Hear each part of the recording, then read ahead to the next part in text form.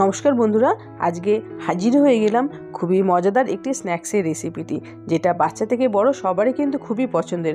হ্যাঁ বন্ধুরা, এই রেসিপিটি তৈরি করার জন্য এখানে আমি এক বাটি ময়দা নিয়ে নিয়েছি। আপনারা চাইলে এর পরিবর্তে আটাও নিতে পারেন।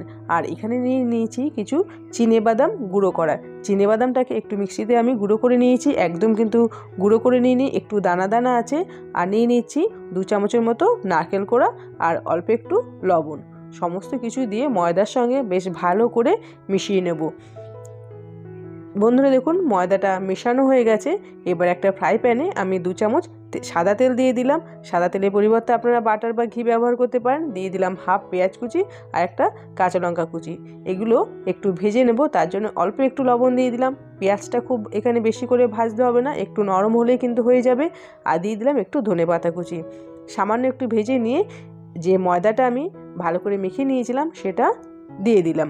পেঁয়াজের সাথে ময়দাটা 3 থেকে 4 মিনিটের মতো গ্যাসটাকে লো ফ্লেমে রেখে ভেজে নেব।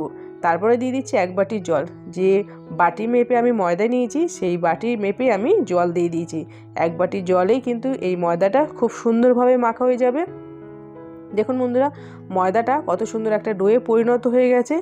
যখন দেখবেন এটা কড়াই ছেড়ে দিচ্ছে তখন বুঝতে পারবেন এটা রেডি হয়ে গেছে। এবার ময়দাটাকে একটা বাটিতে ঢেলে নিলাম।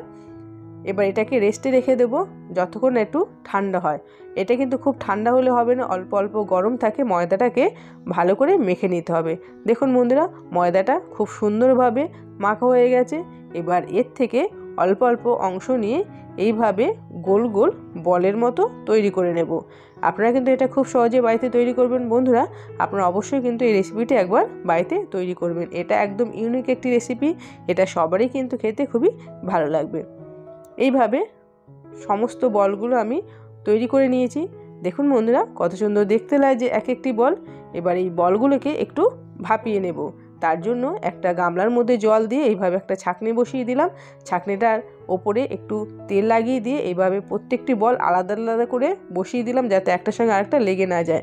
আর আমি এবার ঢাকা দিয়ে দিলাম। এটাকে ভাপিয়ে নেব 5 থেকে 6 মিনিটের জন্য। দেখুন বন্ধুরা, ভাপানো হয়ে গেছে। এবার একটু গরম আছে, এটাকে একটু ঠান্ডা করে নেব। দেখুন বন্ধুরা, বলগুলো ঠান্ডা হয়ে গেছে। এবার এক একটা তুলে দেখিয়ে দিচ্ছি যে কত সুন্দরভাবে তৈরি হয়ে গেছে।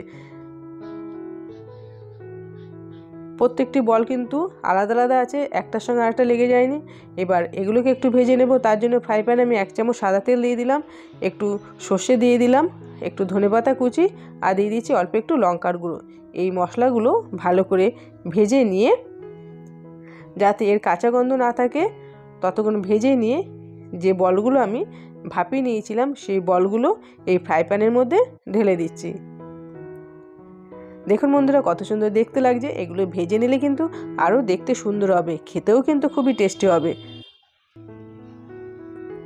2 থেকে 3 মিনিটের মতন ভেজে নিলেই কিন্তু খুব সুন্দর একটা স্ন্যাক্স রেডি হয়ে যাবে। দেখুন বন্ধুরা, এটা একদম রেডি হয়ে গেছে। এবার একটা প্লেটে আমি পরিবেশন করে দিলাম। দেখতে কত সুন্দর হয়েছে বন্ধুরা, এটা দেখতেও যেমন সুন্দর, খেতেও কিন্তু খুবই টেস্টি। বাচ্চাদের তো এটা খেতে খুবই ভালো লাগবে।